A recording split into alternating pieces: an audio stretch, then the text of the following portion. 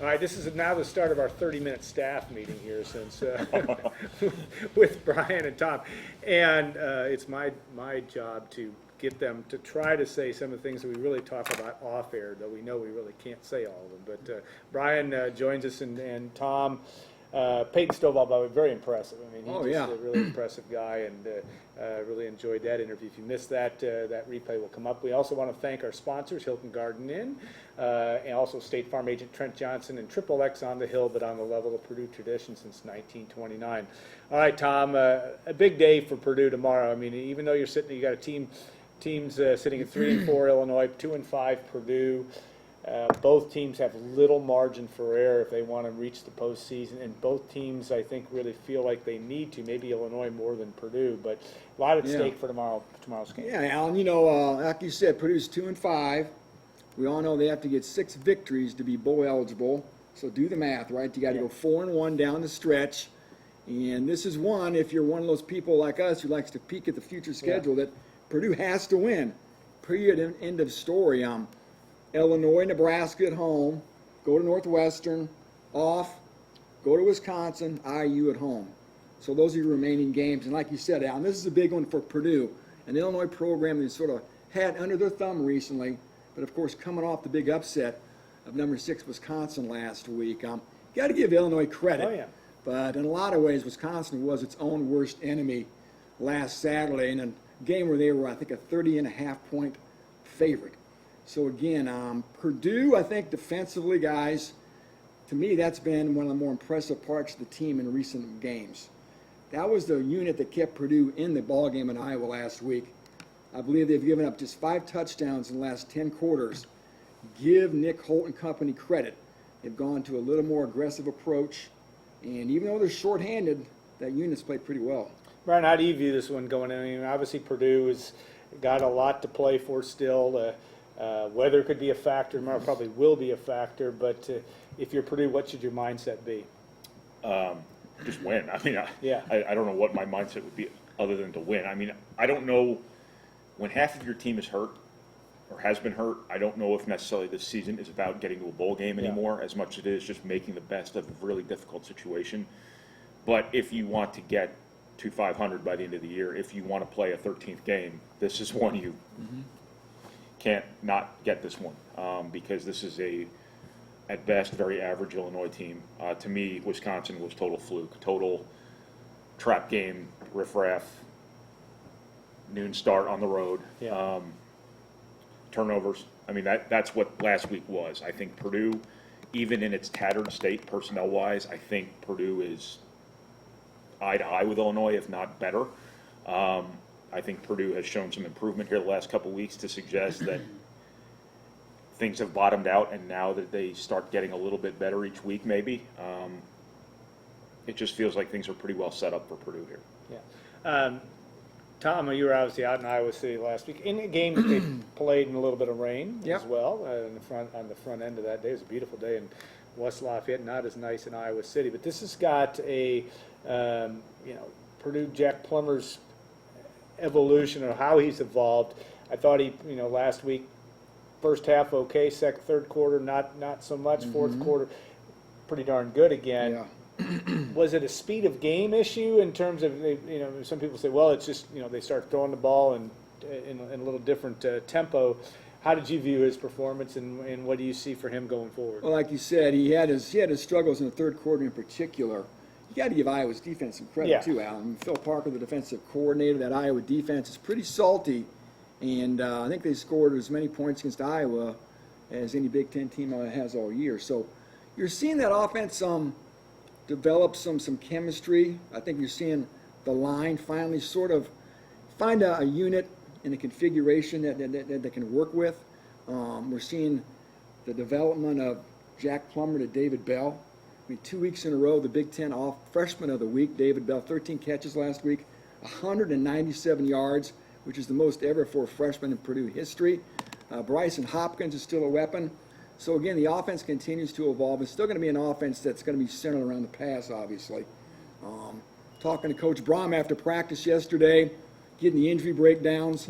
Richie Worship's out. Yeah. They're going to try to play Tario Fuller. Of course, he didn't play at all last week. No Jared Sparks. He's going to be out. And on defense, Cornell Jones is 50-50. Probably not going to play, it sounds like, though. Jalen Graham's dealing with a hip flexor. Didn't practice much this week. So, again, they're still pretty banged up. But like Brian said, it's been a year about injuries, but Purdue's found a way to work around those. Yeah. Brian, when you look at Illinois and Lovie Smith's regime, 12-31 he is right now. I think he's only won 5 conference games. You would think, and we don't know because we don't cover him, but you'd think that there's still a huge sense of urgency, and I have my doubts that they can do this 2 weeks in a row, but just from the way that they've played under him. But is that a fair assessment? They are a little bit more mature than they have been physically. Yeah. So basically, they spent a couple of years playing all their freshmen to lead up to the year that they were just going to recruit over all those freshmen, bring in a bunch of transfers. Yeah. So that tells you how well their plan early on worked. But like, I don't know, it feels like they've got to do something, not just something, but something big here the rest of the way to give people reason to believe this thing is moving in a positive direction, because I don't know of all that many people who thought at the time when Illinois hired Lovie Smith that was a good hire, a good practical hire, so much as it was a splash hire. And splash hire and good hire are often two very different things. You got to have, typically in a job like that, you got to have an energy level, you got to have a charisma about you, you have to have a system that sets you apart at the college level. Trying to run an NFL defensive system with 2- and 3-star recruits, so to speak, it's a tough thing to do, Illinois has always had talent. It's not like even when they were bad before Lovie Smith, they didn't have players. They've always been able to get players, physical talent. It's a matter of putting together good teams off of that talent. That's been the challenge, and they just seem like they're kind of still off in the wilderness in college football a little bit. I think the Wisconsin game was good for them, obviously a splash-type win, but I think sometimes it's harder to sustain success when you're not used to it than it is to get success in the first place. And I think that, they've probably spent the last week as the toast of champagne, so to speak, no pun intended. But it'll be interesting to see how prepared they are to put together 2 good weeks in a row. When I say good weeks, I understand Wisconsin had a lot to do with that outcome last week as well. Tom, Jeff Brom is about as stubborn a guy in some ways in terms of not liking to lose, and which is a good attribute for a coach. What do you think? And I know we're not in the staff meetings. We're not very deep into practice necessarily. But what do you think? How has he evolved this year from what had to have been a catastrophic start mentally? First losing to Nevada, then all the injuries, all the things that happened. How is he? Have you noticed any change in him or demeanor change as this season's gone on? I don't know about if his demeanor's changed, Al. I mean, as you said, he's a very competitive guy, very smart coach, very intense coach, very passionate coach. He's the kind of guy that's not going to force a round peg into a square hole. Yeah. He's going to adapt his offense, his personnel, to what they can do best. And we've seen that with Jack Plummer. He's working with Plummer. He wants him to run a little bit more. He thinks he holds the ball too long a little bit. Sometimes he waits. He'll drift back in the pocket, waiting for somebody to get open. And Coach Blom said, hey, if that first or second option's not there, you can make something happen with your feet, do it. So, he's always coaching. And I think on most Saturdays, you guys probably would agree, when he looks across the sideline, I think he probably has an edge on most of the teams he goes against, most of the defensive coordinators in particular. So he's a good guy to have on your side. And, again, he's been challenged this year. Yeah. You talked about the injuries, obviously. The roll call has been incredible. So here we are, year 3, and I did something on the site this week looking at just the number of true freshmen he's played each of his 3 years. And each year it's gone up almost exponentially. With this year, I think they played 12. 6 guys have already burned their ability to redshirt. Where I think the first year, I think only 4 true freshmen actually saw the field. Right. And a couple of them used up years of eligibility. So again, just a unique year and almost a humpier sort. So you think if Purdue can get over this year, you'd like to see that foundation's been laid, and maybe the trajectory could start really ascending in 2020. And Brian, you've addressed this in column and Weekly Word and other places in terms of that doesn't necessarily mean you have to get to a bowl game. I mean, can this season be deemed a success of sorts if you get to 4 and 5, but you do it the right way down the stretch? Well, success is relative. I mean, success is in the eye of the beholder. I mean, I thought this was the season Purdue was kind of building up toward, because I thought the defense was going to be better. I thought they had enough weapons on offense where they could take all those games last season where they were so close, get over the hump in a few of them, and win up to 8 games, something like that. Obviously, circumstances kind of stepped in here. Not only are you playing freshmen, but I think there's a difference between playing freshmen and relying on freshmen. And this isn't a deal where you're bringing a David Bell or a Jack Plummer or a King DeRue in a complementary role to kind of help out in a more complementary role. You are relying on them. And that is a little bit of a different situation from just putting them on the field to help you, to contribute. I just think, there's always going to be inconsistencies. This is not the team Purdue prepared in the spring or in August to play with this year. So I think there's been probably part of that too. These coaches have kind of had to tweak the way they approach this team on the fly too, and that is not an easy thing to do. There's just no way around. The circumstances have just loomed large over everything about this season, and I think if you do enough positive things to where you can leave the season saying we're better because of this, we're better because of this. This player got a lot better. This gave us reason to think this guy can be really good, or hey, here's something that worked at the end of the year that we can do next year. I think that's, if you leave with any sort of positive feeling about things, great. You have made something out of a really difficult situation. I wanted to follow up with you also because we've asked about David Bell. You saw him play in high school, but also during the recruiting process. Is he even better than you thought he'd be? I mean, in the situations he's been thrust to the forefront certainly, but he's pretty special from that standpoint. Well, the first time I went to go see him play live, I came back that night and I think I wrote, "This kid is a star. He is going to be a star." My only concern was his senior year. He had a lot of little nagging injuries. My concern was over him staying healthy, and I think two things have come to light this season. David Bell is a star, and there are going to be some nagging injuries because he opened camp with one. He hurt his shoulder against TCU, came back from that really quickly. Don't want to jinx him by even talking about that, but he is a stud. Yeah, I mean, he's always had kind of a, to steal a Matt Paynerism, a mature pulse about him, a timeliness, an ability to make plays when there's a play there to be made. When you look at I can't remember, they played at Louisville Trinity.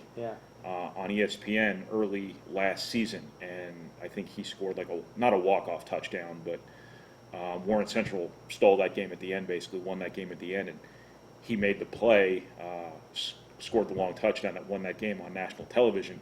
I can't remember what the exact circumstances were, but it was the consummate, when somebody's got to make a play, this was it. He's always had that knack. He's had unbelievable ball skills. He controls his body unlike probably any receiver I've seen. He's got some physicality to him. He's not going to run past everyone on the field, but he's just a player. I mean, that's the best way to put it. He's just a player. Smooth. Yeah, exactly. Smooth. He knows what he's doing. I know Jeff Brom's thrown out the name Jerry Rice, and that doesn't mean he's at Jerry Rice's skill level, but it's just the fact that how David Bell operates, how he runs. He's smooth, and I tell you what, if anybody gets a chance to speak with David Bell, you'll be equally as impressed. Just a very soft-spoken, humble guy, and again, that can be a contrast to the wide receiver position, which can tend to produce some get-me-the-ball divas, and that is not David Bell. The thing I like about him and Rondale more the most, and that's because I'm maybe a little bit older here, but they just act like they've been there. Every place they go, when they catch the football or he scores and makes a play, hands the ball to the ref, gets back in, it's up to the next play. And both those guys are very, very special. All right, we'll have predictions on the site, I think right after this show or shortly thereafter.